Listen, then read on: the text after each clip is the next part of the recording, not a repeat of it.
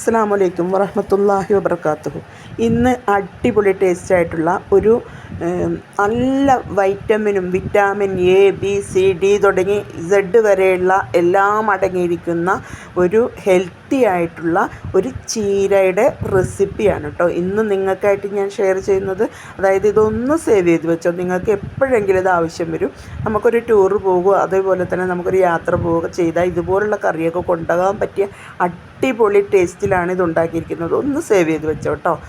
അപ്പോൾ അതുകൊണ്ട് ഇതിന് തയ്യാറാക്കാനായിട്ട് നമുക്ക് വേണ്ടത് ആദ്യം തന്നെ ഒരു കുക്കർ അടുപ്പത്ത് വെച്ച് പരിപ്പ് കുക്കറിനകത്തിട്ട് നല്ലതുപോലെ ഒന്ന് ഡ്രൈ ആക്കി വറുത്തെടുത്തതിന് ശേഷം അതിനകത്തേക്ക് പരിപ്പ് വേകാനുള്ള വെള്ളം വെച്ച് ഉള്ളിയും വെളുത്തുള്ളിയും ഇട്ട് വേവിച്ചെടുക്കുക കേട്ടോ. അത്രയും മാത്രം മതി, വേറെ ഒന്നും വേണ്ട. വെളുത്തുള്ളിയും പരിപ്പും ചെറിയ ചുവന്നുള്ളിയും കൂടി വേവിച്ചെടുത്തതിന് ശേഷം മാറ്റി വെക്കുക. അതിന് ശേഷം നമ്മൾ എടുക്കുന്ന ചീര പച്ച ചീരയാണ് കേട്ടോ ഇതിന് ഏറ്റവും കൂടുതൽ ബെറ്റർ. അതായത് റെഡ് ചീരയൊക്കെ ഉണ്ടല്ലോ, അതുകൊണ്ടൊന്നും ഇത്രയും ഗുണം കിട്ടത്തില്ല. നമുക്ക് എപ്പോഴും പച്ചച്ചീരയിലാണ് കൂടുതൽ വൈറ്റമിൻസ് അടങ്ങിയിരിക്കുന്നത്. അപ്പം നമ്മൾ എപ്പോഴും ഹെൽത്തി ആയിട്ട് കഴിക്കാൻ ആഗ്രഹിക്കുന്നവർക്കൊക്കെ പറ്റിയ കറിയാണ് കേട്ടോ ഇത്. നമുക്ക് ചപ്പാത്തിക്കും ചോറിനെല്ലാം കൂട്ടാൻ പറ്റിയതാണ്. ഇതിൻ്റെ കൂടെ നമുക്കൊരു ഉള്ളി മുളകും ചതച്ച് ഇടിച്ച മുളകും അല്ലെങ്കിൽ അച്ചാറോ അതേപോലെ തന്നെ മീൻ വറുത്തതോ പപ്പടം വറുത്തതോ അങ്ങനെയുള്ള സൈഡായിട്ട് ചെറിയൊരു കറി എന്തെങ്കിലും മതി കേട്ടോ. നമുക്ക് എത്ര വേണമെങ്കിലും ചോറുണ്ണാൻ പറ്റിയ അടിപൊളി കറിയാണ്. ഇതേപോലെ തന്നെ ഹോസ്പിറ്റലിലൊക്കെ കിടക്കുന്നവർക്ക് കൊണ്ടുപോകാനും വയസ്സായവർക്കും കൊച്ചുങ്ങൾക്കൊക്കെ കൊടുക്കാൻ പറ്റിയതും അവർക്കൊക്കെ നല്ലപോലെ ദഹനശേഷി എല്ലാം ഉണ്ടാവും കേട്ടോ. അപ്പോൾ അതിനായിട്ട് ഞാനൊരു ഫ്രൈ പാൻ അടുപ്പത്ത് വെച്ച് അതിനകത്തോട്ട് എണ്ണ ഒഴിച്ച് കടുക് പൊട്ടിച്ചതിന് ശേഷം അതിലേക്ക് 3 പച്ചമുളകാണ് കേട്ടോ ഞാൻ ഇട്ടേക്കുന്ന. നല്ല എരിവുള്ള പച്ചമുളക് തന്നെ 3 ചേർത്തിട്ട് ആ ചീര കഴുകി വാരി വെള്ളം വാലാൻ വെച്ചിട്ടുണ്ടായിരുന്നു. വെള്ളമൊക്കെ പോയതിന് ശേഷം ആ എണ്ണയ്ക്കകത്തോട്ട് ഇട്ടിട്ട് നല്ലതുപോലെ റോസ്റ്റ് ചെയ്തെടുക്കണം ചീര കേട്ടോ. ഈ ചീരയ്ക്കൊരു വെള്ളം ഉണ്ടാവും. നമ്മളിപ്പോൾ വെള്ളം ഉണങ്ങി എടുത്ത് വെച്ചാലും നമ്മൾ അടുപ്പത്തേക്ക് വെക്കുമ്പോൾ ആ ചീരയ്ക്കകത്തൊരു വെള്ളം ഉണ്ടാവും. ആ വെള്ളം നമ്മൾ ഡ്രൈ ആക്കി എടുക്കണം. അപ്പോൾ അതിനാണ് ഇതൊന്ന് റോസ്റ്റ് ചെയ്യുന്നത്. ഇതുപോലെ റോസ്റ്റ് ചെയ്ത് അതിലെ വെള്ളമെല്ലാം നല്ലതുപോലെ പറ്റിച്ചെടുക്കണം. എന്നിട്ട് കുറച്ചൊന്ന് വെള്ളം വറ്റി വരുമ്പോൾ വേണം അതിനകത്തോട്ട് ഉപ്പ് ചേർക്കാനായിട്ട് കേട്ടോ. ഉപ്പ് ചേർത്ത് നല്ലതുപോലെ ഇളക്കി യോജിപ്പിച്ച് അതിൻ്റെ വെള്ളമൊക്കെ ഒന്ന് വറ്റി വരട്ടെ. നമുക്കപ്പോഴത്തേക്കും അതിനെ ചേർക്കാനുള്ള അരപ്പ് റെഡിയാക്കണം. അരപ്പ് റെഡിയാക്കാനായിട്ട് നമുക്ക് ഒരു തേങ്ങയുടെ പകുതിയാണ് എടുത്തേക്കുന്നത് കേട്ടോ. വെള്ളമൊക്കെ ഒരുവിധമൊക്കെ വറ്റി വന്നിട്ടുണ്ടല്ലോ, നല്ല അടിപൊളിയായിട്ട് ഡ്രൈ ആയി വരുന്നുണ്ട്. നമുക്ക് അരപ്പ് റെഡിയാക്കാനായിട്ട് ഒരു തേങ്ങ മുറിയുടെ പകുതി എടുത്തിട്ടുണ്ട്. ഞാൻ കൊത്തിയാണ് എടുത്തേക്കുന്നത്. കാരണം എന്താണെന്ന് വെച്ചാൽ അറിയാമല്ലോ, ചിരണ്ടാനുള്ള മടി കൊണ്ട് കൊത്തിയാണ് എടുക്കുന്നത് കേട്ടോ. അപ്പോൾ കൊത്തിയെടുത്ത തേങ്ങ പകുതി ഇട്ടു. 1/2 ടീസ്പൂൺ മഞ്ഞൾപ്പൊടി, ഒരു 1/4 ടീസ്പൂൺ ജീരകം കേട്ടോ. 1/4 ടീസ്പൂണോളം ജീരകമാണ് ഇട്ടേക്കുന്നത്. ചെറിയ ജീരകമാണ് കേട്ടോ ഇട്ടേക്കുന്നത്. അതും കൂടി ഇട്ടിട്ട് നല്ലതുപോലെ മയത്തിൽ അരച്ചെടുക്കാം. പിന്നെ നമ്മൾ പച്ചക്കറി എന്ത് വെക്കുവാണെങ്കിലും അതിനകത്തോട്ട് ജീരകവും വെളുത്തുള്ളിയും ചേർക്കണം കേട്ടോ. അപ്പോഴാണ് നമ്മുടെ വയറിന് നല്ലൊരു സുഖവും നല്ലൊരു ആശ്വാസമൊക്കെ കിട്ടത്തുള്ളൂ. കാരണം വയറ് എപ്പോഴും സ്തംഭനാവസ്ഥയിൽ ഉണ്ടാവത്തില്ല. പച്ചക്കറിയൊക്കെ കഴിക്കുന്ന ചില ആളുകൾക്ക് നമ്മുടെ വീട്ടിലുള്ള കാരണവന്മാർക്കൊന്നും പച്ചക്കറി അത്രയും പറ്റത്തില്ല. ഞങ്ങളുടെ വല്യപ്പയൊക്കെ പറയും, എന്തെങ്കിലും പച്ചക്കറി സാമ്പാറൊക്കെ ഉണ്ടാക്കി കൊടുത്തത് നല്ല പശുവിന് കൊടുക്കുന്നതാണോ എന്ന് ചോദിക്കും.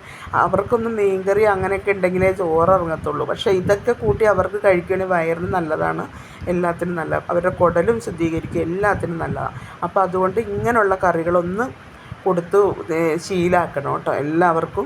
അതാണ് നല്ല കാര്യം. കാരണം അവർക്കും നല്ലത്, നമുക്കും നല്ലത്. അവർക്ക് രോഗങ്ങളും ഉണ്ടാവത്തില്ല, ആരോഗ്യത്തിന് നല്ലതാണ്. അപ്പോൾ വെള്ളമൊക്കെ വറ്റി വന്നിട്ടുണ്ട്. ആ തേങ്ങ മയത്തിൽ അരച്ചെടുത്ത തേങ്ങ അതിനകത്തോട്ട് ഇട്ടിട്ടുണ്ട് കേട്ടോ. ജീരകവും മഞ്ഞൾപ്പൊടിയും കൂടി ചേർത്ത് അരച്ച തേങ്ങ അതിനകത്തോട്ടിട്ട് നല്ലതുപോലെ വഴറ്റി അതിലെ വെള്ളവും വറ്റിക്കണം.